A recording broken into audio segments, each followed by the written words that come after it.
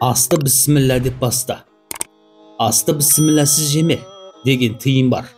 Діни кітаптарда бісмілләсіз ас ібілістің қорегі делінеді. Бұл жайында мынадай аңыз бар. Ертеде әбіл қой бағып, қабыл егін егіп тынбай еңбек етіпті. Қарындары ашып, тамақтанар кезде қастарына ібіліс келіп, ағанда үлес тиіп қалар ма екен деп дәмеленеді екен. Әбіл асына бісміллә деп қол созғанда шайтанның үміті кесіліп, қап бүгін жолым болмады, тамағына ортақтасам деп күні бойы жанында жүріп едім. Бісміллә деп асты адалға айналдырды, маған бұл жерде орын жоқ деп ызаланып кетіп қалады екен. Қабылдың жанына келгенде ол асты қалай болса солай жей береді екен. Қабылдың осы қылығын шайтан жақсы көріпті. Бісмілләсіз асқа ібілісте келіп ауыз салыпты. Қабылдың әбілді өлтіруіне осы жағдай әсер еткен екен. Бісмілләсіз жеген ас ібілістің тамағы деген осыдан қалған деседі.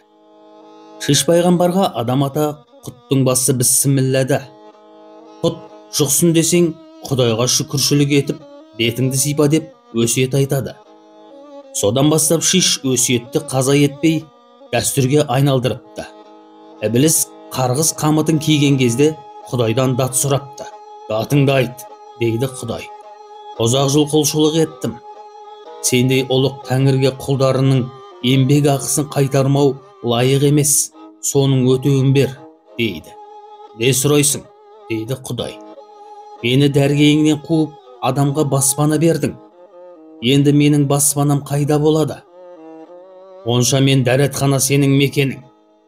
Дәргейіңде жүргенде құлшылық қылатын жерім бар еді. Енді оны қайдан табамын? Базар атаулы сенің құлшылық орның болар. Адамға оқу үшін Құран бердің. Маған не бересің? Сыпсың сөз, өсек аяң. Сенің қасиетті кітабың болар. Адамға қорек үшін дәм тағам бердің. Менің тамағым қайда? Біреу бісмілләсіз ас ішсе, дастарханға бата қайырмаса, сол ас саған бұйырсын, депті. Ібіліс алған олжасына масайрап, Тәңірдің дәргейінен қуылып кете барады. Содан бері өзімнің қорегімді жеймін деп, әр үйдің дастарханын аңдиды екен. Мәшһүр Жүсіп Көбейұлы шырлаған аңыз нұсқасында Ібіліс: жаралған әурелікке менің басым, не керек мұнша дәурен сүрген жасым. Ас қорек адамдарға тағам бердің. Тәнеки, ішіп жейтін менің асым, деп сұрайды. Сонда Тәңірі: еңбегің еш пенденің жемейміз біз. Өз пиғылың болып тұрған өзің екес. Тағамның сенің малғын осы болсын. Ас ішсе, егер біреу бісмілләсіз деп жауап берген екен. Тағы бір аңыз бойынша Ібіліс барлық шайтандарды жинап, бүгін тойға барамыз, тамаққа тоямыз. Бала шағаны түгел жинаңдар, бір пақыр той жасап жатыр. Өзі дінге әлсіз, тыйым талапқа салақ. Қарын бір тойса, соның дастарханынан тояды, дейді. Барлық шайтандар қуанып, тойға асығады. Тойда той бастар басталып, әулеттің сөз ұстайтын беделді ақсақалы алға шығады да бісміллә деп сөз бастапты. Бұл сөзді естігенде Ібіліс: қап, бұл ас бізге бұйырмады, деп шарасыз халде отыра кетіпті. Бұл жайында жыр дастандарда айтылған имамдардан кітаптары көп. Бәрінің басында бар бісмілләсі. Дүниеде жүргенде әрбір адам айтпастан бісмілләні ішсе тағам, қосылып шайтан лағин бірге ішеді. Адағып болғанынша бәрін тамам деп айтылады. Қисса сүл әнбия аңызында Нұх пайғамбардың бісміллә сөзімен құж деген дәудің қарнын тойдырғаны баяндалады.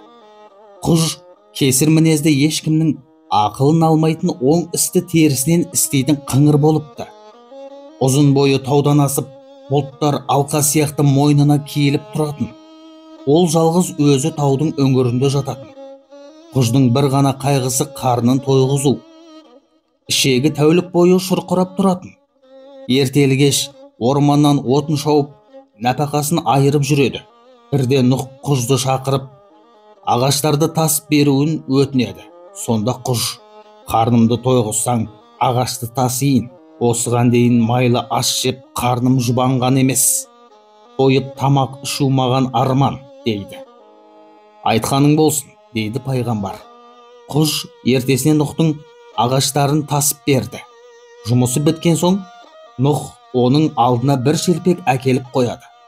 «Өй, мынауың жұмырыма жұқ болмайды ғой», деп құж ашуланады.